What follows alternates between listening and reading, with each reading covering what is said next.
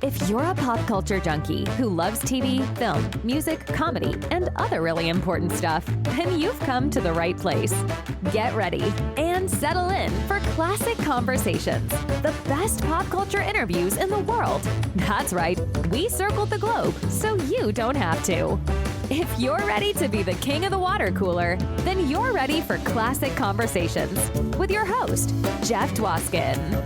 All right, Jessica, thank you so much for that amazing introduction. You get the show going each and every week, and this week was no exception. Welcome, everybody, to episode 212 of Classic Conversations. As always, I am your host, Jeff Dwoskin. Great to have you back for what is sure to be a classic conversation for the record books. My guest today is comedian Mitch Fatel, top requested comedian on satellite radio, won Best Comedian at the HBO Aspen Comedy Festival. Mitch's Comedy Central half-hour stand-up special was ranked number 6 all-time by viewers. Mitch has a brand new comedy special called Bad Girls. Buckle up, because this conversation is going to be amazing as we dive into the ups and downs of Mitch's career. And that's coming up in just a few seconds. In these few seconds, I want to remind everyone of episode 210. I'm sure you already listened, but if you haven't, Kimia Papornia was my guest. Amazing actress from Hulu's Reboot, Abby's, and so much more. Do not miss that conversation with Kimia. She is awesome. But in the meantime, let's focus up on Mitch Fatel. I worked with Mitch back in 2004. We reminisce a little. We go pretty deep. This is a deep conversation. I did mark this one explicit only because there's some language. It's adult language. I just wanted to make sure if you blare it at work, maybe headphones for this one in certain areas. Nothing you can't handle, but didn't want to catch you off guard either. That being said, you're in for a treat. I present to you Mitch Fatel. Enjoy. All right, everyone. I'm excited to introduce you to my next guest, one of the funniest human beings in the world. Ladies and gentlemen, comedian Mitch Fatel. What? Am I the most famous interview you've done so far? Yeah. Oh, you're just saying that. Who's more famous than me that you've done? Maybe Robert Klein? Would that be fair? Never heard of him. Never heard of Robert Klein? Never heard of him. Steals all this shit. Who else under that? Rita Rudner? Never heard of her. Never. Okay, well. You're talking C-list. I mean, now we're up to A-list. You're at the A-list with me. That's why I said no. I mean, Was Robert, that would be an interesting one, I would think, Robert Klein. Yeah, he was cool. He was cool. Yeah. I liked it because he was one of the only people that would go, Dwoskin? He'd call me Dwoskin. I like that for some reason. He stole that from me. I was planning on doing that. I told him to do that when he because he called me. He's really excited about doing your podcast. And I told him, I said, call him Dwoskin. It's really funny. He loves it. So Mitch, last time we saw each other was 2004. Isn't that crazy? Comedy's weird in this sense. Where was it? Where did we see each other? I emceed for you at Mark Ridley's Comedy Castle. You must have made an impact on me because I always remembered your name. Like every time we'd check in, I'd be like, I remember that kid. So that was, I remember working with you, which is, I know it sounds like I'm being all, I remember you, like that's really special. But as a comedian for the last 40 years, I've worked so many places. To remember someone is a pretty cool thing that you don't see regularly. I mean, we don't, like you said, 2004 was the last time we saw each other. And I remembered your name, so I remembered working with you and liking you. Well, that's a relief. I appreciate that. I enjoyed that weekend. That was sort of my early years in comedy. The impact that you had on my life, which isn't comedy related, though I'm sure there's comedy stuff, but so this is going to sound so crazy and hopefully not. We ate after one of those shows. All right, I think we got sushi. We got sushi in Royal Oak. I was going to say, two Jews, it was either Chinese or you are a Jew, right? Yeah. Yeah, of course you are. So I was going to say, we probably did Chinese, but sushi is a good second place. So we're getting the sushi, and we're carrying out. We're going to bring back to the Ridley's Club, and okay. I didn't tip. And you like, dude, you got to tip carry-out person. I know it's crazy, but it never occurred to me. I'm a tipper if I go to a restaurant. It never occurred to me, I think, to tip the person who's just handing me the food as I hand them my money and I walk out. I hope that I didn't send you in the wrong direction. You're not supposed to give a 15 to 20% tip, because you're not eating there and there's no table to clean up. I think 5 to 10%. My reason being that I used to be working at one of those places when I was an up and comer. You do just as much work getting everything ready for the people that are coming. You do just as much work. You have to package everything up and go get it from the kitchen and stuff. You don't have to keep going back to the table. That's why I don't believe in the 15 to 20% tip. I think like a 5 or 10% is reasonable. Yeah. But I was like nothing, and you were like, Jeff, you gotta leave something. And I think you explained that to me. And one of the reasons I wanted to bring it up is I figured, all right, if there's anyone else out there as naive as I was, it's just a good reminder that these people work hard and they count on the tips as well. Having said that, I am not the tipper of anybody. We've gone a little tip crazy since 2004. I will not tip my Subway guy, the Subway sandwich guy, or the Tokyo Joe's, or the McDonald's, or the 7-Eleven guy. Like, I don't tip those guys. Because in my mind, or like the coffee person, do you tip your barista? No. It's usually if I were to go to a place where I would have tipped, then I do the exchange. I hate that over tipping. Yeah. Yeah. To me, tip stands for to ensure promptness. Maybe it does. If it doesn't, it does now. Maybe it doesn't. But so the point is, when you go to a restaurant, the people are taking care of a lot of people, and it's just that you're getting what you asked for. If you just walk up and order something and they're making it for you right there, I don't understand what the tip is for. And the other thing I learned is this. Oh, here's a little hint I learned. I recently had a friend who owned a bar, and I was at their bar hanging out, and one of their bartenders didn't come in. And I said, I'll tend bar. I haven't done it in like 40 years. I thought it would be really fun. And it was. Like, I tended bar. And what I realized was, when the people tip you or don't tip you, you don't even notice. Like, at the end of the night, you go, oh, let me see what tips I got. But the people who didn't tip, I didn't even remember them. So then I realized, like, all these years that I'm a tipping bartender is like an extra $5 to seem cool. Like, you go in and out of their mind so fast that you get no credit for the extra big tip. So I've become the guy now since then that just gives like 50 cents, because what I realize is you're getting busy and you're walking back and forth and you're not noticing, oh, that guy just gave me a $20 tip. You don't even notice. You don't even remember. And you really don't remember who didn't tip you. So I was like, I got a kid now and we're in a recession. I'm watching my tipping. Well, I just wanted to point out you've cost me thousands since 2004. I feel bad. But that's the one lesson I brought to a young comedian. It wasn't, and you taught me that punchlines should be subtle. You're like, you told me I should tip more. Well, I do remember one of the other things that stood out that weekend is how committed you were to the character on stage. And one of the things that I specifically remember, I made a scrapbook. So this is one of the things that made it into the scrapbook. The first 10 years, I made a book to show my kids where I was during those 10 years. You know what I mean? How old are your kids? My kids are 20 and 23. Okay. One of the shows you broke character. Like, a woman pissed you off so bad. Yeah. That's happened. And every time it happens, I'm so sad about it. And I'm upset with myself and I beat myself up. And I hate that anyone ever gets to me like that. I don't think anyone's gotten to me in years. I think that's what comes with experience. I even saw Joe Rogan freak out on a heckler once. Like, freak out. Like, way more than he could have. Like, no funny lines, just yelling at them. Now I watch Joe Rogan and I'm like, oh, he's such a different guy now. He's so confident because he's proven to himself just how fucking amazing he is, that he doesn't care if someone, he does. Like, so I think that back then we cared more, but then you grow up and you're like, all right, I don't care about these hecklers. And so you're more confident. So they're less important to you. And I would never break character now if someone heckled me. But back then I think you're more nervous on stage and you're more like, everybody's watching you and you just get panicked easier. Yeah, I always think back of the times like when I first started doing comedy. If somebody coughed, I'd have to go on to the next joke because if it broke my Yeah. If it broke, and then eventually you get to the point where someone could interrupt you, you could have an entire conversation and then just go right back to the joke. Yeah, it becomes much more like a pilot, like after going through some turbulence, how to get right back on. Yeah, exactly. Yeah, I think a lot of what what comics do is being a pilot. I always use that analogy that when it's tanking, when you're plummeting in the ground and you're set, the worst thing you can do is panic. I was literally like this: a pilot who's crashing to the ground. Remaining calm doesn't necessarily mean in any way that they can save the plane, but they have more of a chance of just panicking, going, we're going to die.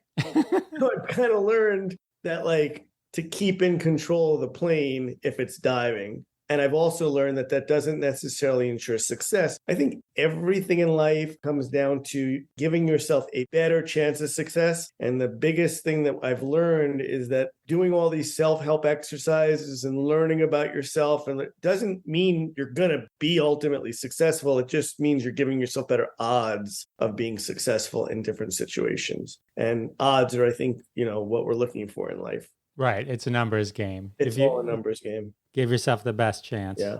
I always found it fascinating, like the skill you develop where you're doing something to the audience, but in your head, you're having a full conversation with yourself, maybe about what's coming next or anything like that. Yeah. The ability to multitask. Yeah. I learned that this is when I knew I was too successful, if that word means anything, because I'm so not too successful anymore.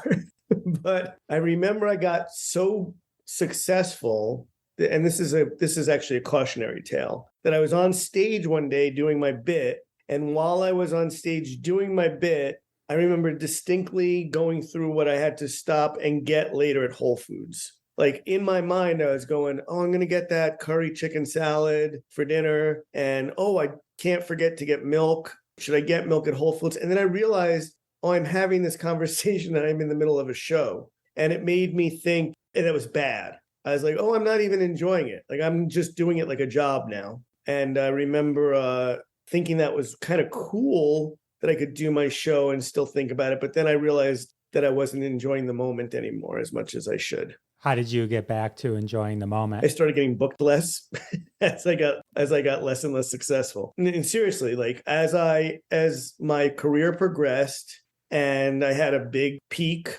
and ultimately a valley, and then kind of came to this nice kind of plane where I'm at now, where I still do gigs I really enjoy. I have enough money in the bank that I don't have to take the shitty gigs. And because I don't work as much, when I do work, I enjoy it like the old days. I enjoy the art of it more. Does that make sense? Yeah, absolutely. Let's take a trip down that journey for a second. After having worked together, I didn't know a lot of your background. So I dove in a little bit. You started comedy at like 15. Which doesn't seem like such a big deal now because a lot of kids are trying to do it. But back then it was still a very brand new art form for kids didn't do it. And I just knew I wanted to do it. And I started when I was 15 going on stage. I remember couple of my first jokes, which were horrible. I did a joke. My big joke was, all the kids in school get high. When I smoke pot, just give me a second because I don't remember. But it was like all the kids in school smoke pot, and all pot does is make me really horny and hungry. So now when I smoke pot, all I want to do is fuck Betty Crocker. I think that was my big joke when I was 15. And I remember my dad and mom going, it's not really funny, but it was kind of funny. But now I know why they were saying that. But that was my big joke when I was 15. And I wasn't good. I mean, when I look back, I can't tell you, I was a really great 15-year-old stand-up comic. It was kind of painful what I was doing. But what ultimately happened is for 2 years, I did it. I got so bad at it, and because I didn't get better, I got horrible, that I dropped out, restarted up when I was 21. But when I restarted, all the experiences starting when I was 15 came to me, and I was way above any other open micer and immediately took off. So everybody was like, my God, he's like the best open micer. And my career took off very fast at 21. But looking back, what they didn't know is that I had been doing it since I was 15. So all the initial stuff of like knowing what the stage feels like, knowing how to handle a mic, knowing how to talk, knowing how to like not panic, knowing how to write jokes. Like I'd already put so much of that experience in that when I restarted up at 21, I seemed like a wonderkind. So although it's cool, I was doing stand-up when I was 15, I wasn't necessarily like a great stand-up. I was just doing stand-up. And I'm proud of myself for that looking back. I was definitely not. If I played the tapes for you now, which I have somewhere, no one would say like, that kid's going to go on and work at Royal Oaks, Michigan and eats tons of sushi. Like you would have thought like, okay, he's going to probably be on meth one day, that kid. But, yeah, it's kind of cool that I did do it at 15.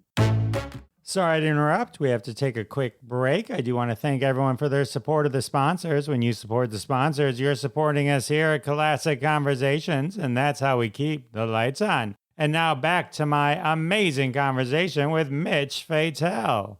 I think it's amazing, though. I mean, good or bad, right? I mean, it's the idea of a 15-year-old getting up and doing what some consider the scariest thing ever. You know, when I talk to people about doing stand-up, even if I talk to improv people, they're like, how do you do it? Like, they're amazed that we get up there with no one else on stage, right? Yeah. To me, improv is, I would never, I mean, it's just, anyway, so at 15, I mean, to get that type of experience just hands-on, that's pretty cool. Yeah, it was meant to be. I was meant to be a comedian, and that came easy to me. Sports didn't, and I wanted girls really bad. I mean, I turned 15 and I was just hard as a rock all the time and wanted girls to let me put my penis in them. And I didn't know how to get them because I was so bad at sports. I was short. I just wasn't the heartthrob in school, but I knew that when I made people laugh, all the girls liked me. So it was almost like I was forced into like, well, it's either that or I'm going to just be a shut-in, because I loved comedy, but I also knew that like any fear of being on stage was overwhelmed by my fear of not getting to touch girls' breasts. So I wanted so badly to be famous and do something that made me stick out to the girls that overruled my initial feeling of panic that you would have as a 15-year-old going on stage. Did that work for 15-year-old Mitch, or were the girls still interested in the guys who focused on guitar? Really good question, Dwoskin.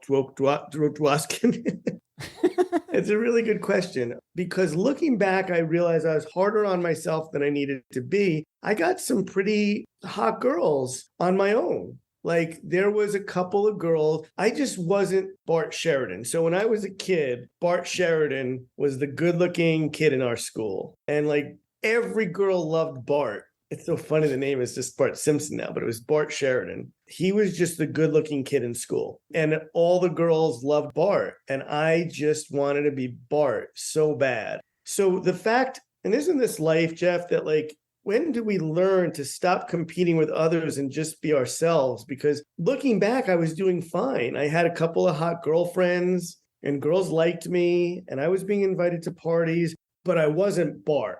Like, I wasn't the guy that every girl wanted to date. He was on the baseball team and he was just so freaking good looking and secure and confident and loved me. And like, I just hated him because he was so good looking. And looking back, I'm like, it wasn't the comedy that got me girls. I get pretty girlfriends. I'm a really sweet, funny guy. I did notice that when I started getting very successful, the girls that liked Bart were now liking me. So that was a good feeling, because I was like, oh, now I'm getting the girls, but then syphilis and fucking chlamydia came along with that. And I was like, Bart didn't tell me about that. So, be careful what you wish for, because all of a sudden I was like, oh, okay, this is not really the excitement I thought it would be. I thought once you get girls like Bart, your life would be perfect. And it wasn't. And, ultimately, I'd hate to wrap this up in a little bow, but I'm the dad now of a 5-year-old. And like, he has given me so much greater joy in my life than any girl I thought. Does that make sense? That it was like, it's so silly to me that like that was the answer back then. And then I got it. And I was like, it's so not the answer. It's so not the answer. And I understand why people think getting hot girls or whatever it is, for hot girls, whatever, like there's no answer. Like nothing's going to make you happy. It's just life sucks. You know what I'm saying? Like your kid will make you happy. Like you have kids. Do you love your kids? Love my kids. And you're 100% right. And it's the people, once they learn that lesson that you just said, that you're not really competing with others, that we all can exist and rise the tide together for us all. It's the people, once you're an adult, that are still in that mentality that you end up staying away from. But they all click together. And I have a friend like that. You're right. Who's like one of my dad friends. And like all he does is like tell us how much money he's making and how much, and we're like, seriously? Like that's still at like, I'm like, because I guess I've had a lot of money and a lot of girls. And I don't want to be the hack old, like, and it didn't make me happy because it was really kind of cool. I thought what was happening, but the truth of the matter is, like, it really doesn't do it doesn't change anything. The joy that I get now at a stand-up is so much more pure because the joy I get is not of like, I'm a big famous stand-up comedian now. It's of writing like a really well-written, thought-out joke that when I get the new punchline, I'm like, oh, that's mine forever now. I just wrote a new line that's never existed. And so that means so much more to me than the stuff that I used to think makes me happy. Now, having said that, I still will now and again occasionally see a girl on Twitter or not Tinder because I'm married, but like I'll see a girl on like Twitter, like a big booty yoga girl or something like that, and I'd be like, oh my God, that would have been happiness if I would have been that girl right now. And I have to remind myself, because I think this is why so many guys, their marriages break up because they forget that, like, oh, that's not going to be my aunt, because it's because you see those girls, those thirst traps, and you're like, oh God, that would be so good. I'd be so happy if I could have that. And you have to, and I remember, like, I kind of did have that. And it was like, and I used to think, I mean, I can't sell as many tickets as I used to. I could sell a good 100 tickets per show now, but I used to be able to sell 500 tickets. And I would think I'd kill to sell 500 tickets right now, but I was fucking miserable. I was miserable. Like, I would go in and do the show and couldn't wait to leave and was stressed out. So, it's just, I'm so happy that I got to this age that I could look back and go, okay, so it is true when people who were famous and had money said, like, money can't buy you happiness and blah, blah, blah. Like, you realize, like, oh, they were right. Because I remember being the guy going, like, it's easy for you to say you've got the money and the girls. And then you go, oh, okay, they're right. It does. Like, there's no side of me now that sees someone I have a very pretty house, a very nice house for me, 3,500 square feet. And it's fine, but I'll still see sometimes people with like 10,000 square feet houses with big pools, and I have to remember, like, I've been in situations where I go, like, that becomes just your house. You don't walk in every morning and go like, oh my God, my life is perfect. Look at my house. It literally just becomes your house, and you don't think about it after that. I've been through enough of that in my life now to know that, like, any of those things that you think are going to make you happy really won't make you happy. I agree. I have a house, I don't know, 3,501 square feet, maybe. What the hell, man? What the fuck was that? Just slightly bigger than yours. Just, no, but tell me if you're the same way with your house. Even with 3,500 square feet, you probably don't use 2,000 square feet of it, right? I mean, there's the living room you never use. There's rooms in the house, right? Like during the pandemic, we were having our kitchen redone and we used 2 rooms that we never, ever, it was like we were staying at an Airbnb. It was like, oh, wow, this is our house. That's a great story. Yeah, there's a dining room. Yeah, it's not even, you don't even use it. It just becomes like, yeah, this is your house. Like, so I also have like 2 acres. And I remember when I moved in going like, fuck, I have 2 acres. Like, I'm going to go like set up 2 acres was just a norm because I was a New York boy. So like 2 acres, I was going to set up like a racetrack and like a pool and all this stuff. And now it's just like, oh, fuck, I got to pay to get this mowed. It's like, I'm not complaining, but you realize that you don't wake up every morning and look out at your 2 acres. I got a little story for you. So, when I was coming up in New York City, there was a little town in New Jersey called Hoboken, and it was right across from New York, and it was where all the hip, cool people lived, if you didn't live in New York. All I ever wanted was a view. I thought, man, if you could live in New York and have a view, because all you do is look at them brick walls. Finally, I started making some money, and I moved into $1 million, which is not a lot these days, but back then, $1 million condo. It was my first condo. I think it literally cost like $9,999. It was like right under $1 million. I had a huge mortgage, but I was making really good money. And I moved in, and I had this huge picture window in this place called the Hudson T Building. And Eli Manning was my neighbor. This is how exclusive this building was. Eli Manning was my neighbor. Nice. The first day I moved in, I looked out at my view, and it was of the East Side River, West Side River, East Side River, West Side River, whatever. I looked out and West Side River. And I saw a ferry going by right under my window. I was on the 12th floor and I was like, I lost my breath. I was like, this is going to be my view. Like, oh my God, I live here now. And I never really cared again. Like after that first time, because I just was like, oh, that's the ferry. Like it just and I thought even that just became like, this is my view. And people would come over and be like, oh my God, your view. And I'd be like, yeah, it's nice, right? Like I kind of forgot, like, oh, everybody doesn't have that view. And I realized like everything can be normalized, everything. And that for the first time, that view made me realize, oh, even if I had a $10 million home, it's not like I would wake up every morning and be like, look at my $10 million home. It would just become my stupid fucking big home. And I'd still be like, fuck, I gotta get the pool fixed. I gotta get my, it would still be the same shit, except for people telling you like, oh my God, your house is amazing. And I'm sure people have given you compliments. 3,500 is a pretty big house. I've had people come over and they're like, oh my God, your house is beautiful. And you go like, oh, thanks. And it really means nothing to you when they say it. You're like, oh, thanks. But you don't think, I know. Right. How about my fucking house? Like you just don't think about it. So I don't know exactly how big my house is. I just purposely made it one more than yours as a joke. But no, I how big is your house? I don't know, maybe closer to 3,000. Yeah, I'm bigger than you. But my point was what I was getting to earlier too is the 10,000. I mean, they must have 9,000 square feet that they don't even use. It's just they just want to be able to furnish it or something. Did you ever see the Ozzy Osbourne show, the Osbournes or something on MTV a while ago? Yeah. Do you remember his house and like where they lived? They showed it, like they had an indoor swimming pool and stuff, an indoor swimming pool in their house. Do you remember that? Mm-hmm. I remember thinking it looked sad. Like I remember thinking like, oh, these kids are growing up in this big cavernous kind of like, it just had no warmth to me at all. And maybe I'm trying to make myself feel better that I can't afford that house because I probably would move in tomorrow. But I think what you learn is, so my favorite movie of all time is, if you haven't seen it, go see it. It was There Will Be Blood with, what's his name? Daniel Day-Lewis. That is the most perfect, beautiful film on wealth, competition, and you realize that it's a trap. You realize that there's traps in life. You ever watch The Crown? I've watched it while my wife watches it. I'm embarrassed to say that my wife watches it because I watch. I'm big into period pieces. I love those, and I love chick flicks and stuff. So anyway, so I love The Crown. But what you realize when you're watching The Crown very clearly, and if you don't realize it, then you're nuts.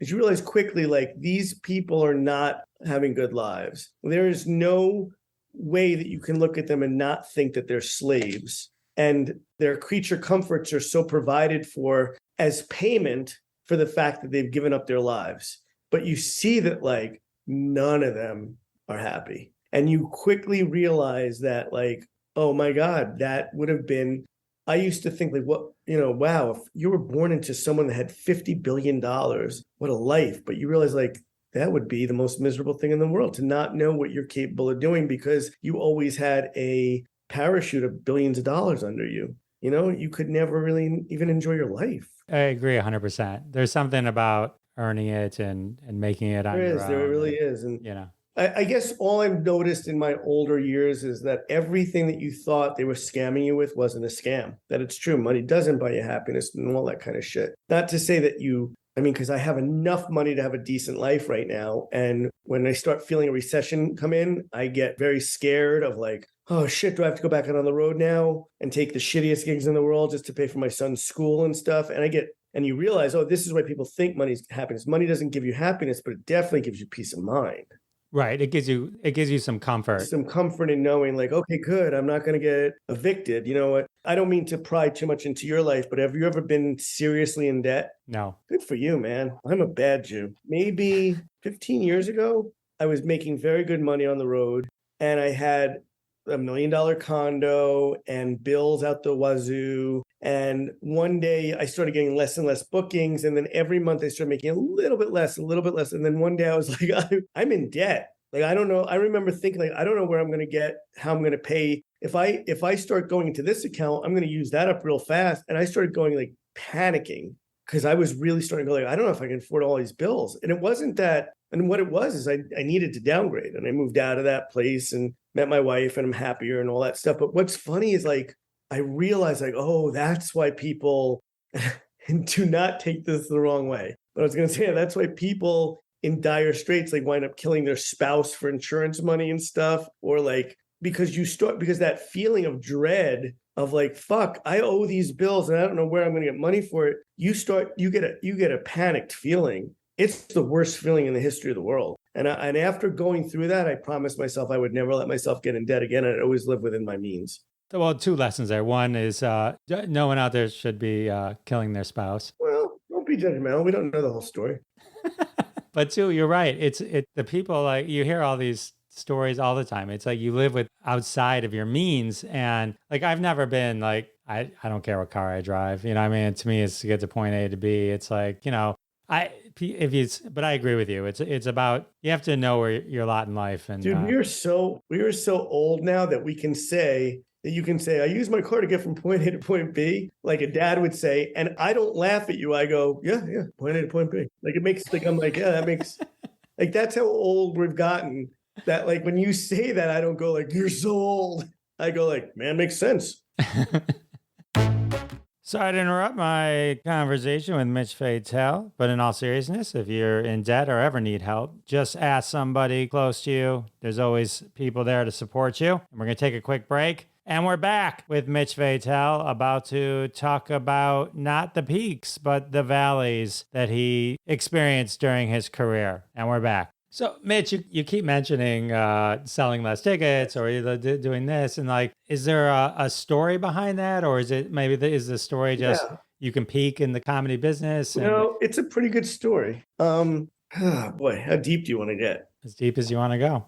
Okay, maybe it'll help someone one day. I don't want to say fear of success because I like being successful, but I have a discomfort with too much success. I'm very, as I got older, I've learned that I'm very antisocial and a little bit agoraphobic, which means I get nervous leaving my house. I'm very nervous talking to people. This kind of thing I can do 1,000 times a day, talking to you on a podcast and talking about my life. I can't do normal walking into a bar with a friend and having a beer. Like, I just can't do that. I don't get it. I don't understand it. And as I got more and more successful, I was expected to do more and more of that.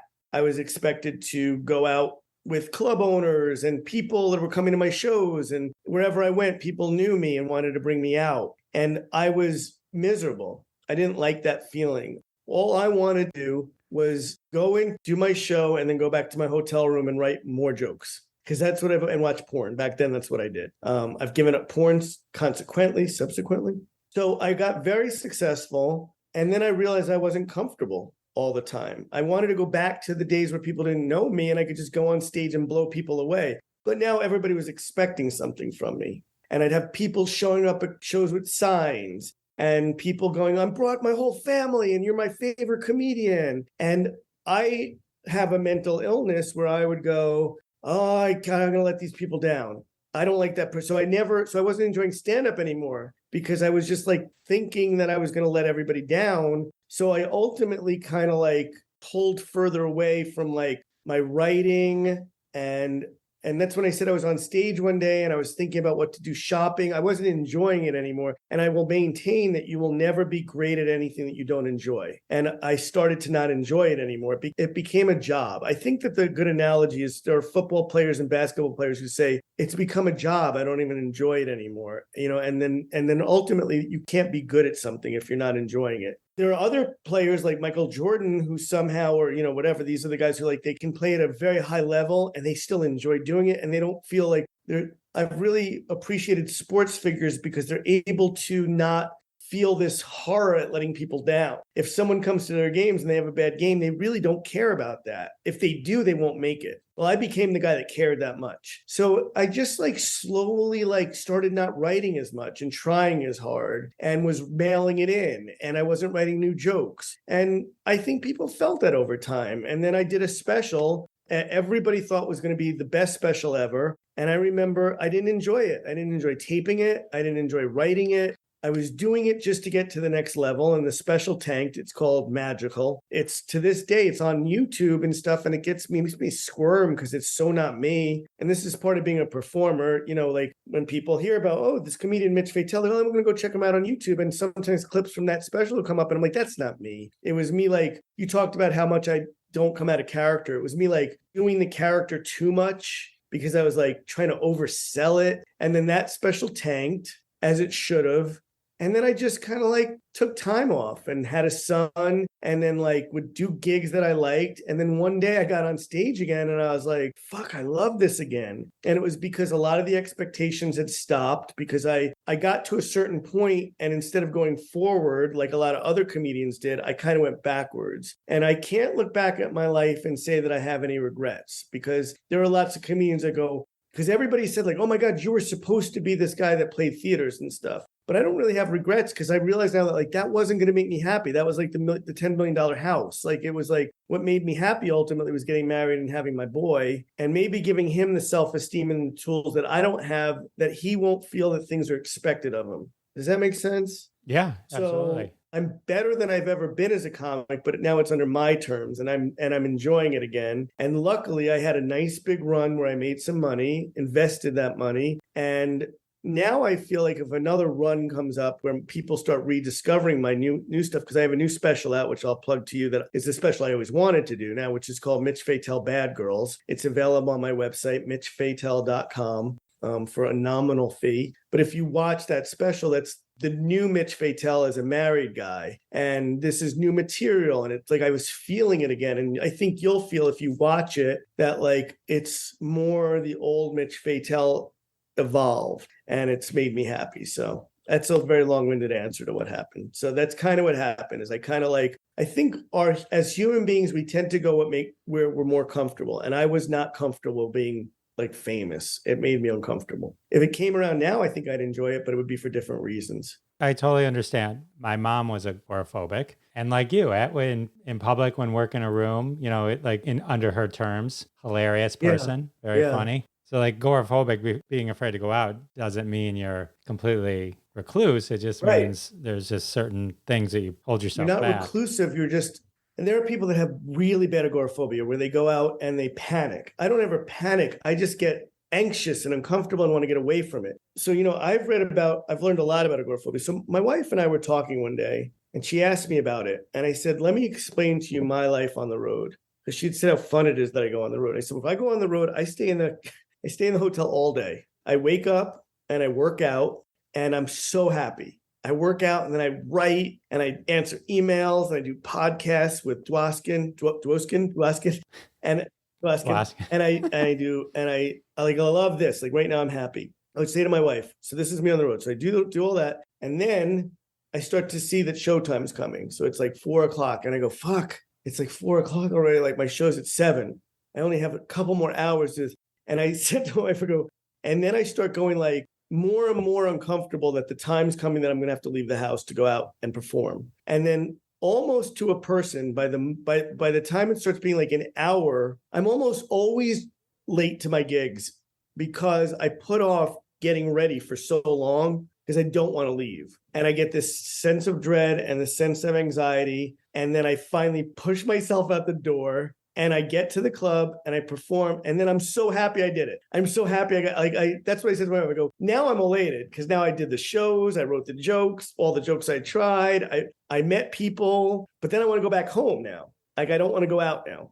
So my life is hurt because of that. So my wife was amazed because I was like, that's my life. Like, I literally, like, I'm waiting to have to leave the hotel and I get a sense of anxiety and dread about it coming. And it all comes from me not wanting to let people down, me feeling that something's expected of me. And when I'm by myself in my hotel room, I'm just for the first time totally at peace. So I want to give my son the tools to not have to deal with that. And that's my sole goal in life right now. I can't think of a better goal in life. Yeah, that's what we do. We equip our kids, make the next generation. Yeah. Did you ever stop to think that like any issues or shit that you deal with would be worth it if you could learn how to, if you could be there so your kids don't have to go through it? Like I keep telling my wife, all the pain I've gone through in my life will be meaningless to me if it helped my son, if it helped me be a better dad for my son to not have that, because I came from very mentally ill parents. And God bless them, I realize now that they were just fucking nuts. Like, they were nuts. I hated them for a long time because I thought that there were certain tools that I wasn't given by them that I would have really liked to have had. But I'm glad that I can now give my son, who's amazing. He's just an amazing little man. And I can give him the tools that I wish they would have given me. And so I'd rather he have the tools than I have them. Like, I'd rather. So if I had to go through all this pain to know how to be a better dad for him, then it was worth it. I think that's great. And it sounds like you're fulfilling that goal. So yeah. And I want to get my dick sucked a lot. Not by my son, by hot girls on Tinder, not on Twitter. My wife would laugh at that, by the way, so I'm allowed to say it. I get that 100%. It's funny how like when you make fun of your wife or your wife's part of it and people are watching it, like when my wife comes to one of my shows, she can't sit with friends if they've come to the show because they can't separate the fact that anything I say on stage is just on stage version of my wife, and it's a character version. I'm not literally. I have a comic question for you. When you go on stage, when you have family there, wife and friends, are you aware when you're on stage that they're in the audience? I ask that they're not within sight. That's not my question, though, because I do that too. But are you aware that they're out there? I am, but I am probably more so in the beginning. But now, as long as I know who's in the audience, I can block it out and do what I need to do when I step out. The one time I got thrown is I stepped on stage and I saw a friend who I hadn't seen in like 15 years just staring at me and completely took me out of it. Now, if I'd known she was there before I stepped on stage, that would have been fine. But it completely took me out of it. It was like my brain just went, oh my God, look at it was like, so yeah. The only thing that's taken me out of the moment that badly was when I've gone on stage and people that were at the first show came into the second show to see me again, and they're right up front. And I look down, I see them, and then I go, fuck, they're going to know this is a big scam. They're going to know that like all my lines are rehearsed. It's the same exact show. And and that's what I'm talking about, pressure. I put so much pressure on myself that these two people I don't even know, just because I know they saw the first show, came back to see the second show because I'm so good, that they're fucking right there. And I'm like looking the whole time and going like, I got to switch up my act for them. Like I got to think of new material. Like I empower them so much. I'm a basket case. Every time I do these podcasts, I realize like I'm a fucking basket case because I don't think other comics deal with this. I think everything. No, Maverick, I have the exact same story you just told. I went and saw Mark Maron, and the exact same thing happened to him. I'll tell you the point of view from me watching from the audience. Mark Maron does the show. I go to the second show, and he realizes the person in the front row was at the first show, just like you just said. Completely threw him. He felt the need to throw out his entire act and do an entire show just for this person. And I remember to this day, it's been forever. And I was like, that was the most annoying thing ever that he should have just done his show because that person for you, and I'm sure this person for Mark, they came. It's like, I think as comics, it's hard to think. We want to think that it's in the moment, but I think to them, it's like listening to a record. And just like we'll go see Bob Seger or Billy Joel or whoever we like, and we want to hear the same song over and over again. They want to hear it because they want to re-experience the same thing. 100%. Not only do they want to experience the same thing, but like it's fun for them to also see kind of a little behind the scenes. They don't hate you for it. I look at it like this. If you see a magician twice, you know the same tricks are going to come out, but you'll notice like, oh, maybe that's how he does it. I noticed he did this, but you don't feel like, he sucks now. I figured him out. Like, so when we tell a punchline and people go like, oh, that wasn't an improv, that they're almost impressed by that. Like, even I'm impressed by that. Have you ever worked with a comic and they say something and you're like, oh my God, that was brilliant that they just thought of that. And then you realize like, oh, they do that every show. And even you go, I've been in comedy since I was 15 years old. And I'll still be like, you fucking got me. Like, I thought that was an improv line. Like that line where they go, can you do that? Blah, blah, blah. And I'm like, you don't hate them for it. You almost go like, you almost tip your hat. Like, wow, you scammed me. It's almost impressive. J.R. Remick, rest in peace. He did this bit where he drank beer out of a straw and then acted like he didn't realize he had just done it, makes a joke about it. And I'm like, that was brilliant. That was brilliant reaction. Next show does the same thing.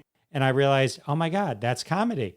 Comedy is making it look like it's happening for the very first time. And if you can do that, which I know we have a mutual friend, Mike Green, who I think is amazing at doing just that. That to me is incredible. I remember working with someone and he'd bring people on stage and what do you do? And they go, oh, I do this. And he had the funniest line I've ever heard.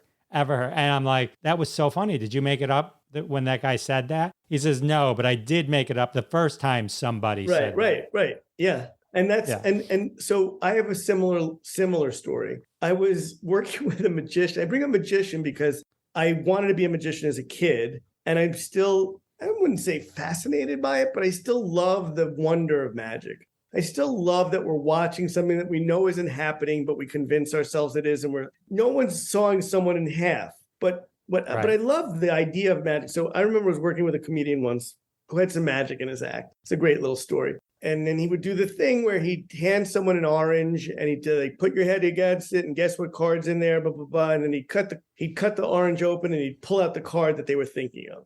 And every time he'd hit the card. Well, I remember in the green room before one of the third shows, we were just talking. And as we're talking, he's rolling up the card and he is cutting an orange and putting it in. And I remember going like, it's a fucking scam. Like, I remember going like, you're putting the thing in orange. And I was like, well, of course he's putting the thing in the orange. there's no way that's just in the orange. But even I felt like, wow, like I knew he was set, but to see him doing it in front of me, I felt like, you're not really guessing who's it. Like, and it was still amazing to me that like, even after all these years that I still was like shocked to see him doing this in front of me, even though I know he did it. And it's like, so it was still so fun. Now, the next time he did the trick, I was like, I know that he puts the thing in the orange in the back. But of course he does, because it doesn't magically appear in the orange. And I remember thinking that was like, kudos to you that I was still shocked that you were setting up putting the thing in the orange. I know, amazing, right? But you watch it with a whole different point of view once you know the secret. And it's not like you look at it like, oh, this guy sucks. You're almost impressed by it. And so I try to remember that now. If someone comes back to a show, to not change my show, to be like, they're in here because they like the show. God, I wish I knew all this when I was a kid. And I wish I had different parents. And I wish I lived in your house and not mine. We all wish something, but what made us. So here we are. And I know you have to go because I know you have to go pick up your son. I'm lying. I don't have a son. I'm just agoraphobic and I don't like being on podcasts. What would that be called? Podcastophobic? I actually love podcasts because I like any kind of conversation where you can talk real. I'm just not good at are you good at that? Just real. Can you go to a bar and just shoot the shit with someone and talk about like? No, if it's silent, like for some reason, like the problem I have at like parties or anything is if there's any noise going on and I can't hear what they're saying and I can't hear myself talk. That's why I think I like being on stage. It's silent. It's focused you talking, on you. Focused on me. And it's not about me. It's just about like, if I have to keep going, hey, I can't hear you, or I say something funny and they go, what? Because they couldn't hear me. It's like, yeah, it's such a non-enjoyable experience for me. Yeah. Anything leaving my house is non-enjoyable to me. Actually, that's not true, because once I go out and force myself into it, I love it. But there's just certain things I love. I finally got to the point in my life where I said, I've told my wife, I will not go into a dance club anymore. I won't go any place where I have to scream in someone's ear and they have to scream in my ear. I won't do it. And she's like, but can't you just relax and drink and have fun and just enjoy the vibe? I'm like, no, if I can't communicate with another human being and they have to scream and there's hot girls screaming in my ear and stuff, I will just leave. I've walked out. I've just left her there. And I go have fun, because she has so much fun at those things. I'm like, I won't do it anymore. I have the same exact reaction as you. Same. It's too loud as bad. Unless you're focused on the band. If it's a band and the only expectation is listening to that band, I agree. Then I'm fine. Yeah. Then I'm fine. I agree. All right, man. Let's do this again. I'll do this again if you want. Yeah, anytime. I'll just cap it with MitchFatel.com and Bad Girls. Get Bad Girls. It's my new special. I hope that was good. It was kind of serious. I like serious conversations with comedians. All right. You're my best friend. You're my best friend. Bye. All right. That was comedian Mitch Fatel. MitchFatel.com. You can rent his new comedy special, Bad Girls. Mitch Fatel is hilarious. Like I said, I had the honor of opening for him way back when I started doing comedy. It was a great, great weekend, and I remember it so fondly. So if Mitch comes to your town, check him out. Check out his website. Check out his comedy special. You got all that goodness. Can't believe this episode is over already. Thanks again to Mitch Fatel. Thank you, my friend. And thanks to all of you coming back week after week. It means the world to me. And I'll see you next time. Thanks so much for listening to this episode of Classic Conversations. If you like what you heard, don't be shy and give us a follow on your favorite podcast app. Oh, Also, why not go ahead and tell all your friends about the show? You strike us as the kind of person that people listen to. Thanks in advance for spreading the word, and we'll catch you next time on Classic Conversations.